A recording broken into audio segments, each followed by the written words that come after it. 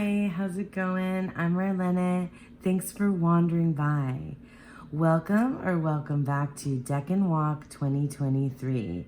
So we did it. We are now in Pisces season. So Pisces is the last sign on the zodiac wheel. So this is it. This is our last zodiac sign, and these will be the last 3 videos across the next month that are my Deck and Walk series. So I can't believe we're here at this point. It's wild to me. For those of you that have no idea what a deck-in or a deck and walk is, I encourage you to visit my description box down below, where you can find the playlist of all the videos that I've made of this journey across the last year.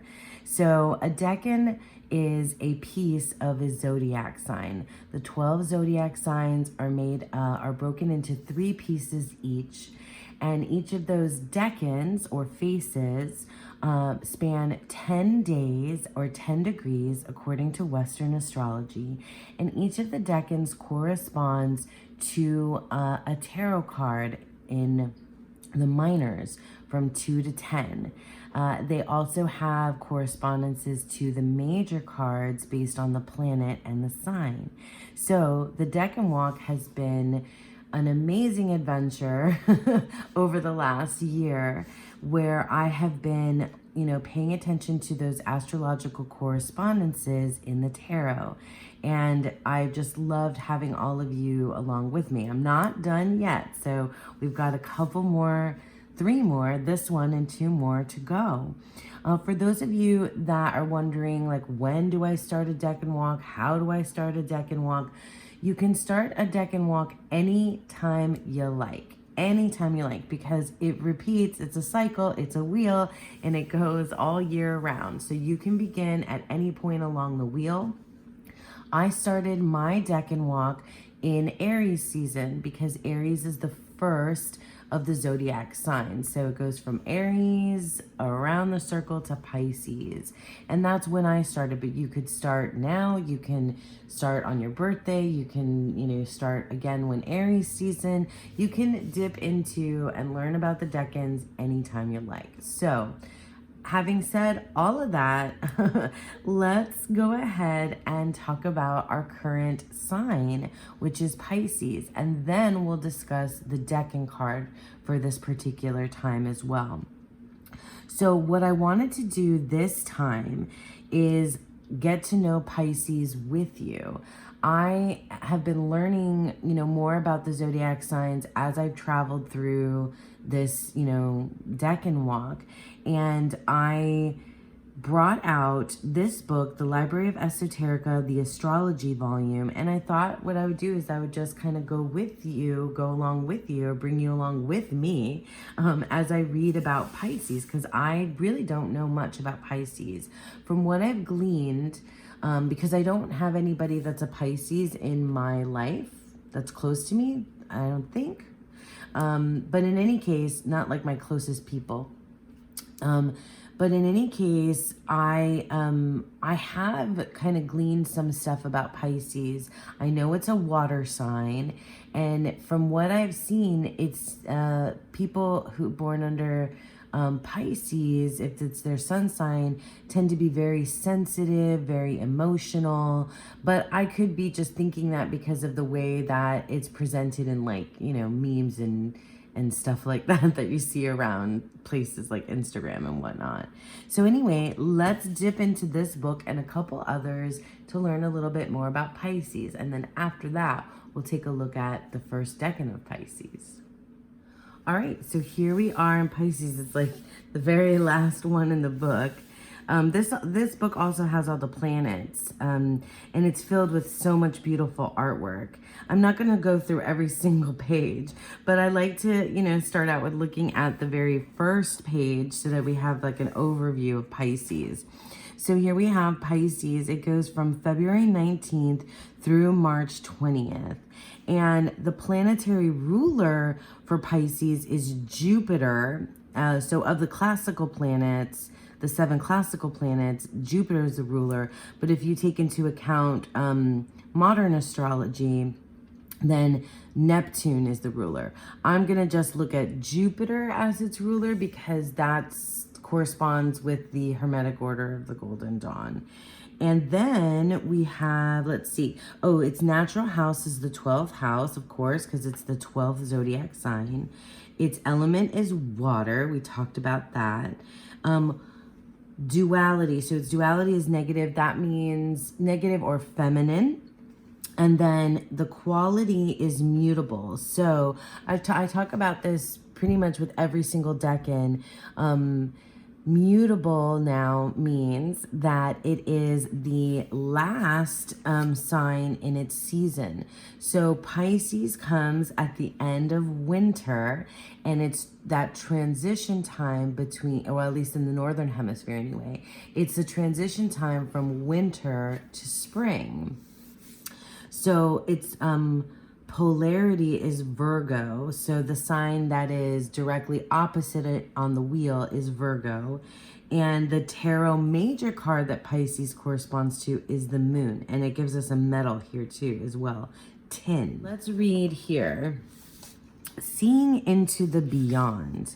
So I'll read this little bit here to you. Astrology, each sign's characteristics make up for qualities lacking in the sign that precedes it. Aries, the sign that begins the zodiac, symbolized spring and flows after Pisces, the last sign born of winter. It is also a sign that rules the universal. In Pisces, there are no boundaries, just all-encompassing love.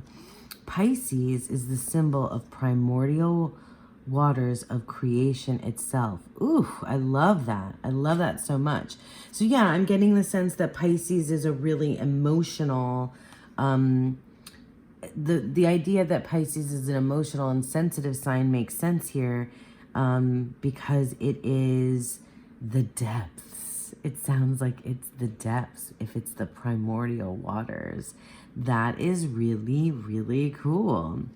So I'm just gonna like kind of fly through this part here and give you my impressions. So this whole bit is talking about this. There's a very spiritual side to Pisces because it is the completion of the zodiac wheel. It has that as above, so below quality within it. And it's that completion of a cycle. It contains like a spiritual awareness of self. It said something about how Pisces, those people born under Pisces are very empathic and, what did it say? Empathic and forgiving. And the symbol of the fish, apparently in many cultures, fish are very, like, are filled with spiritual wisdom. And I can see that for sure. Okay, here we have the Karma Cards Guidebook. And this is a set of cards by Monty Farber. I have the vintage version, but this is still in print. And I don't think I've ever once shown you the cards themselves, but if you want to see that, let me know. But let's just read from here. So the astrological symbol is two fish, one swimming upstream and the other down. So again, that's that like cycle, that idea. I love that. Okay, the symbol for Pisces reminds us of the point where one year was dying while another was being born. The fish upstream and the other down. It's like aging. It's like that cycle of life completion. The ideals of Aquarius, so Aquarius came before Pisces, right? Were tempered by the sad realities of Pisces. It was an emotional time, a time to discover how dependable your friends were when you needed them. It was the end of winter. So in the Karma cards, Monty Farber speaks very, it's very specifically Western astrology and the seasons of the Northern Hemisphere. So that's what this is speaking to, right? This is that time of year. It was the end of winter and supplies were at their lowest point. The strong and the compassionate were required to do without so that the children, the elderly, and the less fortunate could survive. This is so interesting. Sometimes people even gave their lives so that others would live. The reason for the survival of our race from ancient times until now may be our capacity for self-denial, sometimes even martyrdom. Huh. This is like not what I was expecting to read in here at all. Early Christians used the sign of the fish as a means of identifying their secret meeting places. I find that's fascinating. I know that fish is a symbol for Jesus, for sure. Okay. Pisces rules the negation of the individual ego. And this can happen by positive means like self-sacrifice, philanthropy, and faith in an all-powerful force, or through negative ego denial like escapism, drugs, and alcohol. So it seems like there's a positive or a negative side of things for Pisces. Like they're releasing the ego in a positive way, or negative ego denial through, and that's interesting. Other examples of ego denial are large institutions that deny the supremacy of the individual ego, such as large corporations, the government bureaucracy, the military, hospitals, prisons, and some religions. Huh. Okay, I have to process this still. The part of the body ruled by Pisces is our feet, which connect us to the earth and everything connected to it. Pisces is also associated with the concept of telepathy. Oh yeah, in the other book it mentioned something about like Pisces having psychic abilities and so-called extrasensory perception. The fish of Pisces swim in the ocean that covers and unites the land masses of our planet. Put your foot in the ocean and you are connected to all the land that the oceans of the world touch. People born during the sign of Pisces function best when they feel that in some way they are serving and connected to all there is, a term used to describe the sum total of everything in existence in this world and the next.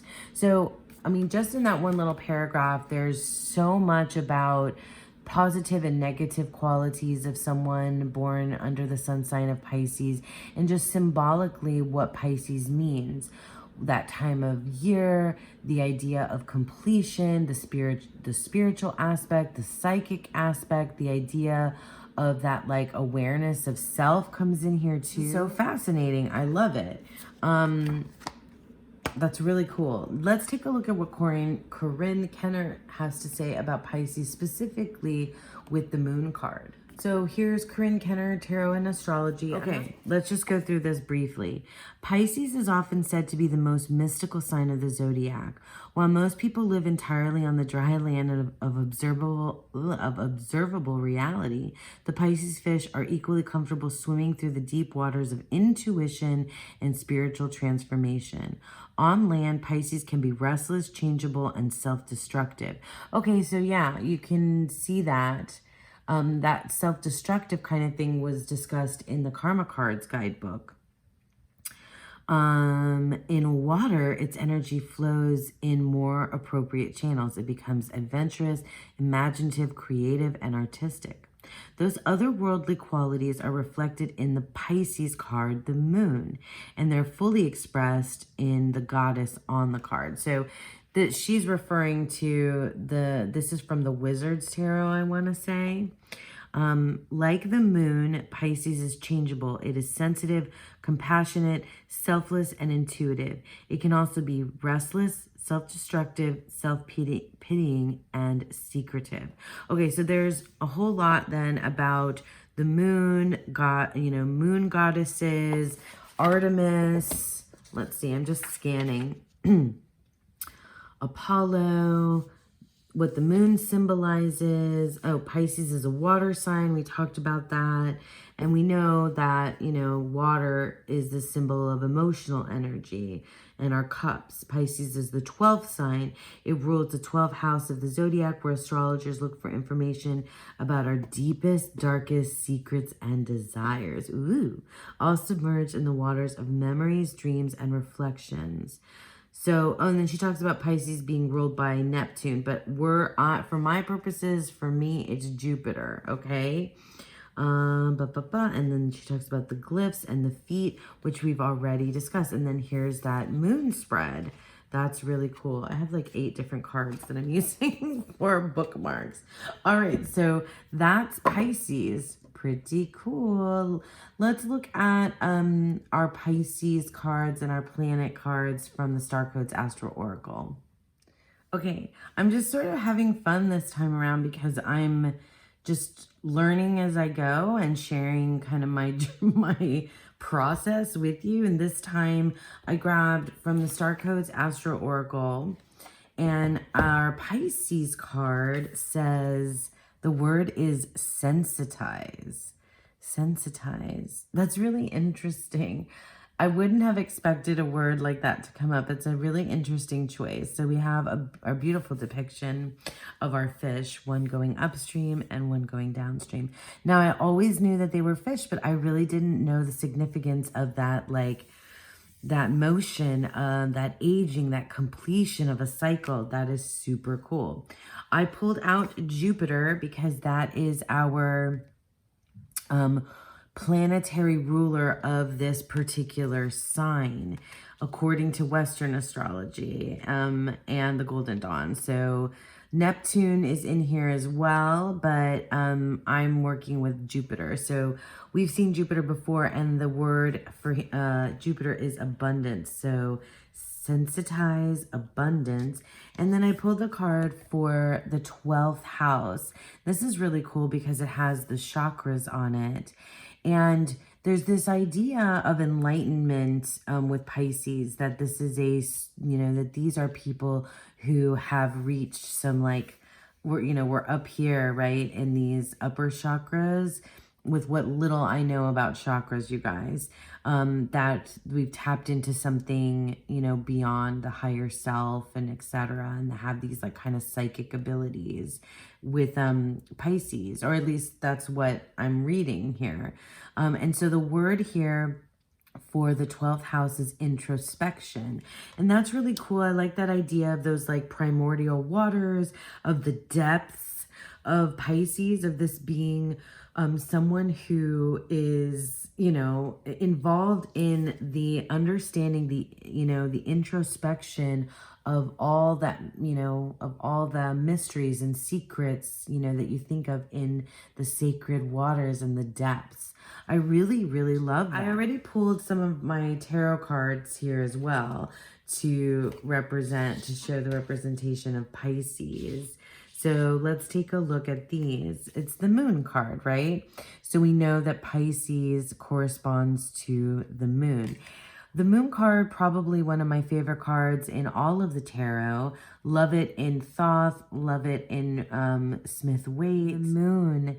Yeah, I mean, it makes so much sense going along with the idea of the cycles, of the mysteries, and definitely you have that sense of cycles and, like, gateway, and like two different worlds, the above and the below here in the Thoth card as well. And primal, the primal waters, because we have that primordial crustacean coming out of the water, that evolution of the self. And then, that's the big thing here in the moon with our wild wolf and our tamed dog, both baying at the moon, and the towers, that sort of, the towers always feel to me like the, the gateway, and it's a crossing over into the unknown, right? And there's waters back here as well. Is that waters or mountains? I know I've thought of this before when I've done, like, a deep dive into the symbology of the Smith-Waite. Waters or mountains? You guys tell me. And here, yeah, again, you have that, like, separation of the primordial with the, like, manifested, or, I don't know, even the more mysterious. And there's definitely, the moon cycle, the, like, menstrual cycle is represented here in a way, in these, like, radio waves. I always think of this down here with the scarab beetle, another kind of primordial animal. So, but it is watery too. I mean, you can't think of the moon and not think of tides, right? That's all connected. All right, so that's so cool. And I love that that is just, melds in there with Pisces. I have a newfound respect, I think, for an understanding of those folks that are Pisces that have this like, this kind of otherworldly gift, perhaps. I think that's really cool. If you're a Pisces, let me know. If you're a Pisces, definitely let me know. So then we have, okay, so let me put this aside. And the ruling planet for Pisces is Jupiter, abundance. So Jupiter's, keywords, abundance, expansion, and Jupiter corresponds to the Wheel of Fortune.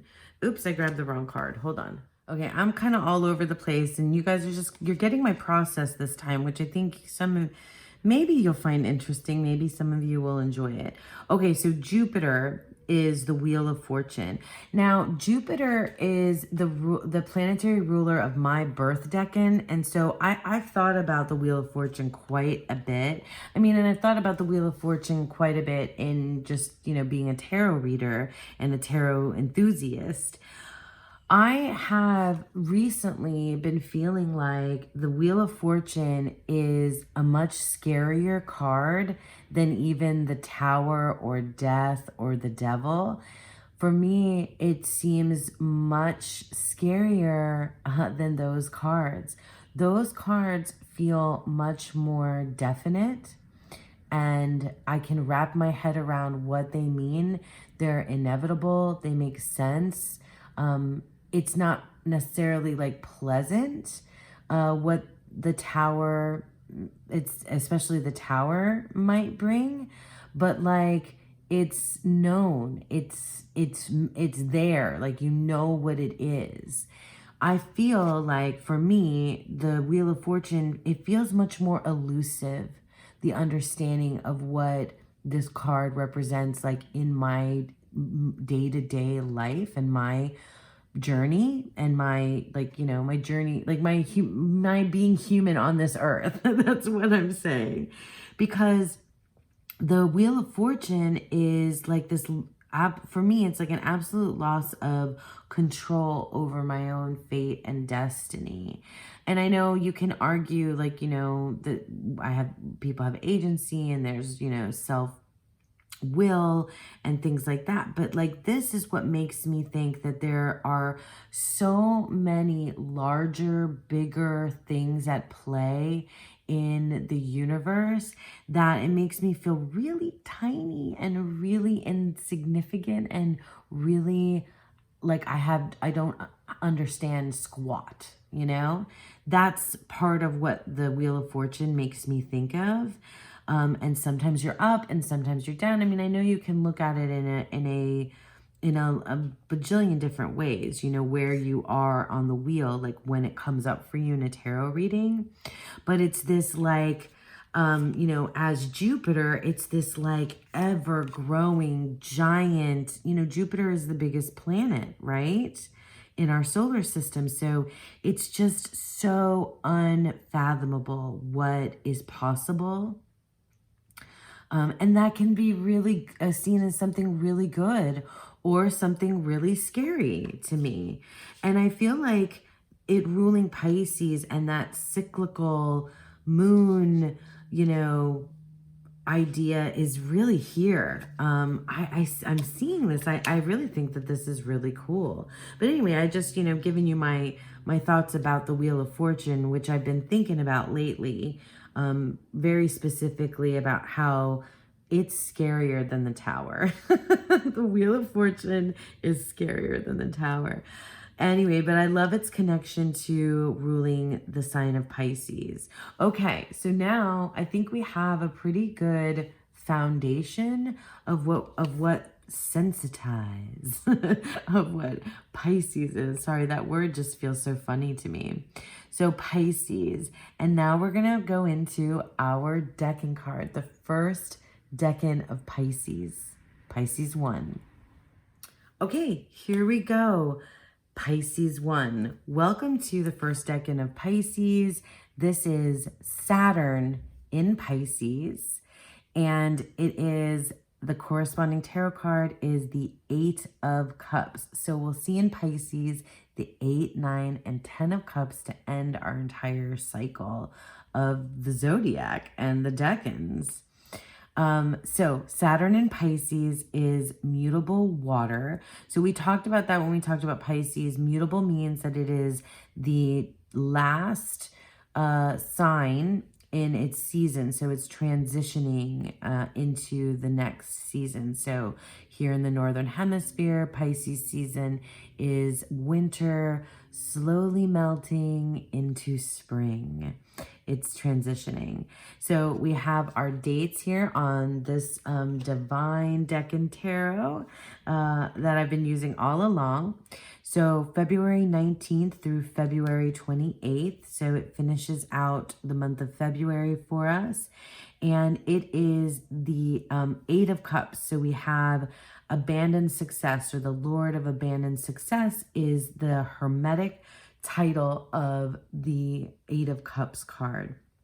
So we have our our Eight of Cups from the Waite Smith, or Smith Waite, however you say. And it's our figure that is walking away. The moon is featured in this card, who is walking away from, well, these cups in the foreground. There are 8 of them. I always love that there's one missing. It, like for me, indicates that like Holy Grail quest, that this person is off in search of that cup that is missing. It signifies a lot, leaving. But we'll get into this more. Let's talk about the major cards that correspond with this Eight of Cups. So we have Pisces, we know, is the moon. We just talked about the moon and all that encompasses with Pisces. The mystery, the primordial waters, the cycles, the completion, the psychic abilities, the intuition, the introspection. Man, I'm just riffing on all these words, and I really like it. This makes me think, I wish I were a Pisces, but it seems like a lot. I feel like that depth of emotion is something that I can relate to. I don't know. I have to look at my birth chart again, but I'm not sure that I have much Pisces going on anywhere. I'll have to see. I'll report back when I can. All right. And then we have Saturn. Okay. So we saw that Jupiter is the ruling planet of Pisces, and that's the Wheel of Fortune, but that's the ruling planet of the sign. Each decan has its own planetary ruler. And in this case, for the Eight of Cups, it's Saturn. So Saturn corresponds to the World card in the tarot. And we have our card here that we've seen before from the Star Codes Astro Oracle structure. So we've got structure and sensitize. Structure your sensitivity. That's so interesting. I'm going to pause, do a little bit of reflection and look into my books a little bit, and then I'll be right back. Okay, so I started with Karin Kenner to kind of remind myself about the energy of Saturn. Saturn is very controlling. Saturn is restrictive and limiting and demands order. Karin Kenner says Saturn has certain expectations. He demands order and control wherever he travels. And when Saturn rules a decan, he puts a quick end to poorly planned ideas and flawed executions. So returning to the Eight of Cups, it's funny because I feel like I see, I personally read the Eight of Cups as a good thing, where it's a journey, it's a quest, it's this thing isn't working, or I'm missing something and I need to go find it, is my kind of simplified, way of reading the Eight of Cups. But it's true that this card, with this influence of Saturn in Pisces, it makes sense that this is a card of regret, and it's often read that way. And Karin Kenner reminded me of that. So she says, because Pisces is a mutable sign, easily swayed and readily persuaded to change course, right? If you think of it in terms of that watery changing of course, it's reactive, not proactive. It's keyed to the fluid world of moods and emotions. While it can go with the flow, it's also easily diverted. It takes the shape of its container. So another thing that Karin Kenner says is that the Golden Dawn designers called this card the Lord of Abandoned Success. So I hadn't factored that in yet, and I usually do when I get to Thoth, but abandoned success. So like, it's true. This is about like realizing what isn't working and walking away, right? So this character is leaving, is abandoning this. But it's funny that it's called abandoned success, because was it successful? If it was successful, why are we walking away from it? I don't know, things to think about, right? And I'm sure many of you already have kind of considered these things in thinking about the Eight of Cups. Okay, so that's Karin Kenner. Let me dip into Susan Chang just a bit. I mean, Susan Chang's 36 Secrets is usually a lengthy chapter, and I might spend some more time in it across these 10 days. But I just want to like kind of dip in and kind of give you my impressions right now. Oh my gosh, you guys, Susan Chang's chapter is really cool, and there's so much in there, but I just want to kind of, you know, brush it on the surface level right now, and I'll probably spend more time thinking about this across the next 10 days. So she calls this the farthest shore, and I'll just read this first paragraph because I think it's cool. So we can look at the card as we as we read it. It's like a scene from a storybook. A red-cloaked figure, staff in hand, climbs a rocky shoreline beneath a watchful moon. Their destination is unclear, but we know what sacrifice they leave behind. 8 cups full of the past, 8 cups worth of life lessons and experiences. These are the moonlit seas of Pisces. A final liquid dissolution under the cover of night. Here, in the final 3 decades of our year-long journey, we take the mystic's path and arrive at the sea at the end of the known. By forsaking the familiar, the accounted for, even the rational, we shall encounter magic and mysteries. So we are completing a cycle. We're taking the path of the mystic, which is very Pisces, right? Pisces is mystical and magical, and we're questing, but it's a different kind of quest. It's not like a Sagittarius quest, right? It's a different kind of adventure, and for me, it's bringing the idea of like the depths of emotion or the depths of understanding that whole psychic thing. We're off to figure out what in the world has meaning. It's a symbol for me of what we do as humans, which all of this is a symbol of what we do as humans. But that's really cool. So that's where she kind of starts. And then she talks about, there's this one section that I wanted to read to you guys, another one that's talking about Pisces and the moon. So it's the section called Dreaming in Darkness. Of the last 3 cards on our deck and walk, all of which correspond to the moon, I feel it's the 8 of Cups which best illustrates the moon's special province. Dream, the world of dreams. I'm inserting my own kind of commentary here. In dreaming, we cross the liminal space between conscious and unconscious. So it's like, where's my, well, it's here too, right? Conscious and unconscious, conscious and unconscious in the moon card, sorry. In the language of dream, the unconscious often appears to us as water. So that's a symbol for the unconscious is water, right? Seas, pools, rain. In the moon card, a crawfish rises from the sea. Lobster, crawfish. In the Eight of Cups, our hero traverses its edge. I really love the way that Susan Chang draws connections between the imagery across the Smith-Waite Tarot.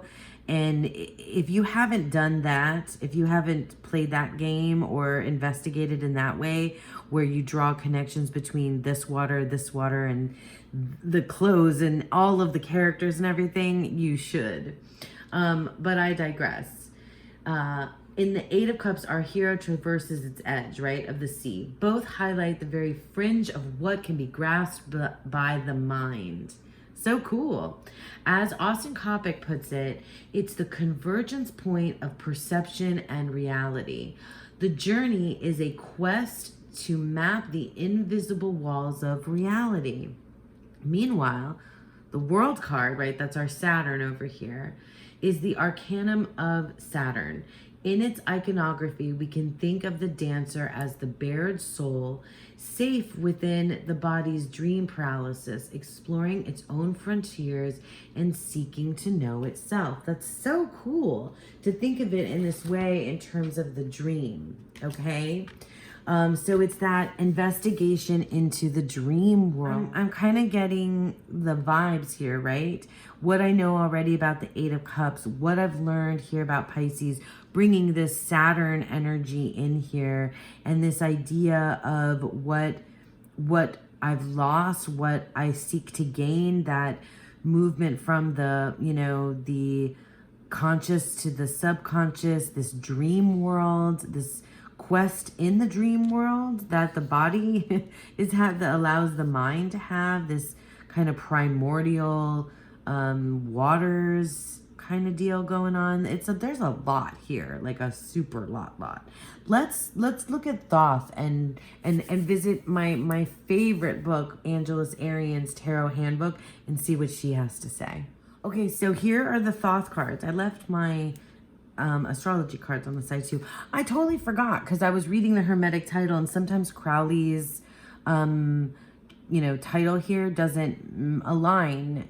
So the Lord of Abandoned Success we saw, but it's indolence, which I guess matches up, right? It's sort of like a refusal, not a refusal. Indolence is like giving up or letting go or just not dealing with it, or not, I don't know. I should probably look up a good definition of the word indolence. Okay, so I got my dictionary definition because I was like kind of just piecing it together. Somebody who's indolent is like, yeah, like I was saying, refusal, but it's like a lack of motivation, someone who's lazy and doesn't want to do the thing. This is like how I would explain it if I were teaching this in my class. This is my class. Welcome. In any case, we have our Eight of Cups. I love the Thoth, but I don't want to dig in yet because I want to see Angeles Arian. So, you guys, I have been falling further and further in love with this tarot handbook as I've been going through the deck and walk. Let's look up and see what she has to say about our Eight of Cups. I always want to read to you the whole thing from Angeles Arian, but I will try to resist reading the whole thing. The Eight of Cups is indolence or emotional inertia. That's a great way to say it. This symbol represents emotional stagnation and inertia as a result of overextending yourself and not honoring your own limits and boundaries, or being able to set limits and boundaries.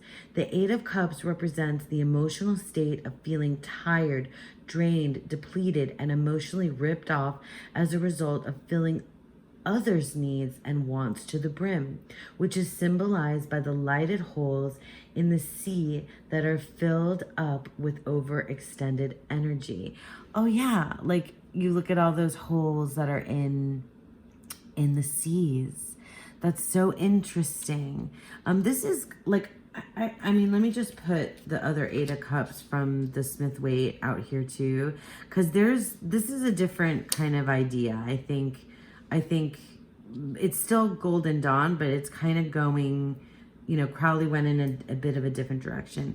And I don't know why. I've always thought of the Eight of Cups as something positive, but really, I mean, no card is entirely one thing or the other. Obviously, like there's light and shadow in everything. And so this kind of feels negative, the way that Angel's Arian is presenting it so far.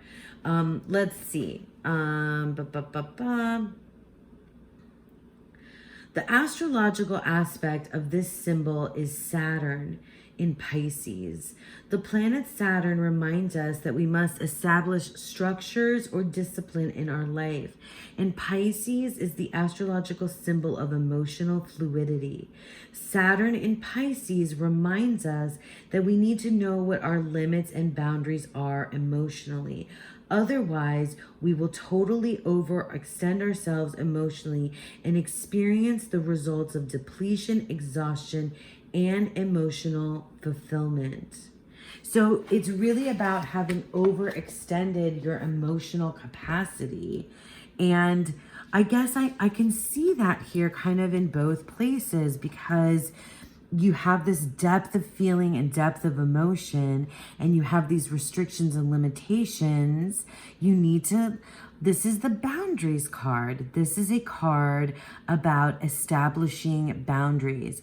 And I think as you walk away into that unknown, like you're leaving the known into the unknown, completing this cycle, being in these primordial waters of Pisces, you are figuring out what those boundaries are. Like how far are you going to walk? How far are you going to go? What are you willing, what are you willing to accept and not? And I feel like this is a moment of like, nope, I'm not accepting that, and I'm walking away from it.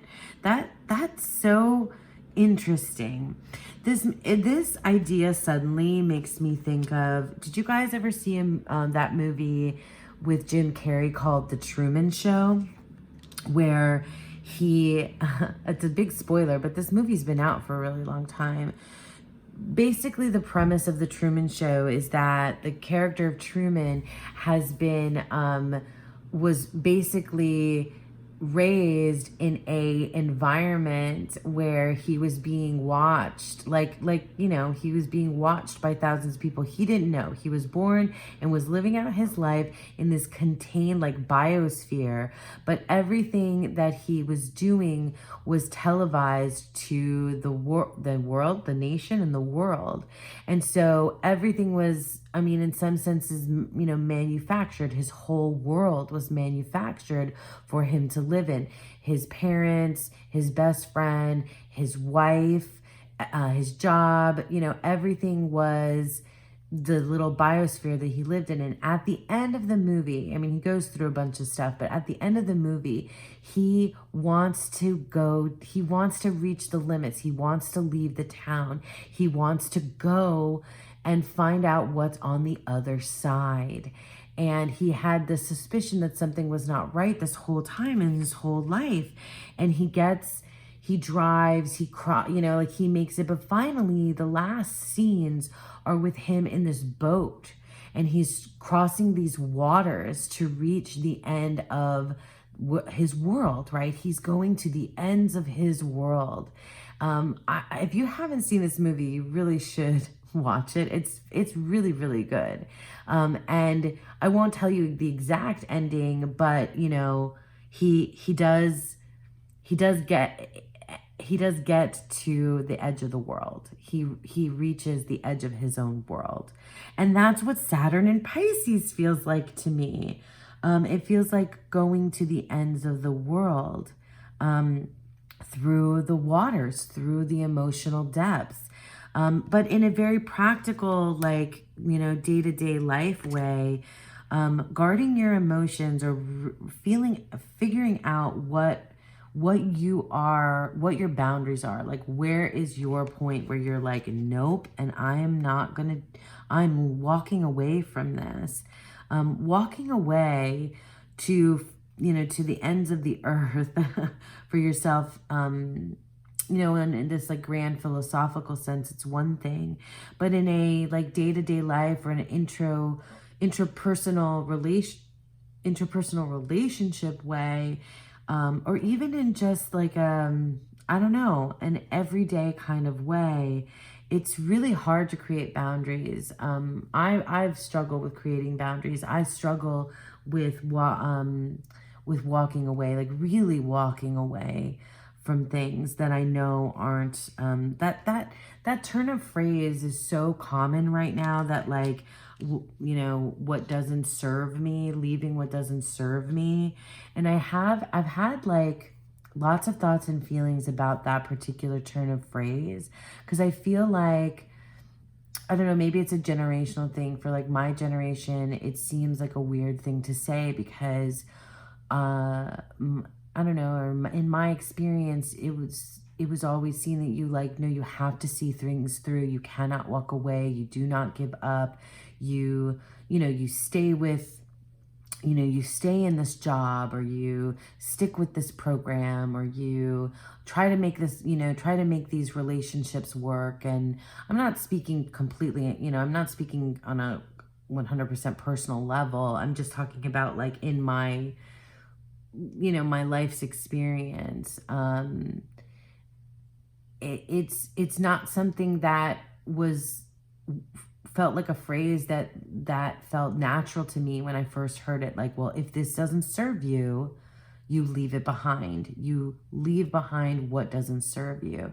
And it felt to me really, well, self-serving. That phrase felt to me really self-serving, and like maybe an excuse or something. And I've gone back and forth on it. I've seen it from different angles, and I really, like, I appreciate what younger generations have to teach me about things like this.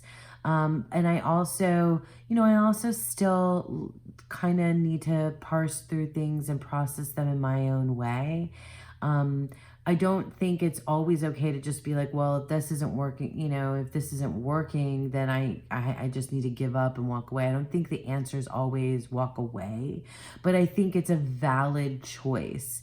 And I'm not sure that walking away felt like a valid choice for me growing up. It felt like it felt like it felt like a failure. It felt like a failure. You know, like you're failing, rather than empowering yourself by walking away and setting up boundaries. That felt like failure, not like abandoned success. Interesting. I mean, there's another card, Saturn card, that's a failure card, right? And that's a different thing. Anyway, I'm just like really, really rambling now.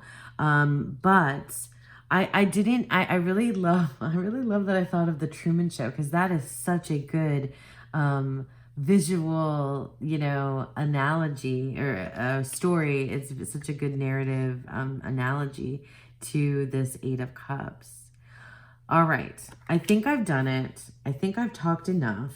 Let me put out our other cards here from the Smith Waite, and I think I'm gonna leave you at that. I'm gonna walk away now. I've set the boundary here at the end of this video, and I'm gonna walk away. I feel like I've learned so much just in like processing this through out loud with you. That was fun. I hope you guys enjoyed that. I know this is going to be a long one this time. I hope you like that. Yeah. Thank you so much for sticking with me through this video. Thank you to everyone who's been with me along this journey. Thank you to those of you that are seeing this for the first time, and those of you in the future times who are seeking out a deck and walk. What a good way to start the last 3 decans. with a quest, right? A very emotional one. Okay, that's it. I'm gonna stop here. Thanks again, you guys. I hope that you have a beautiful, wonderful first decan of Pisces and a beautiful, wonderful day. Bye.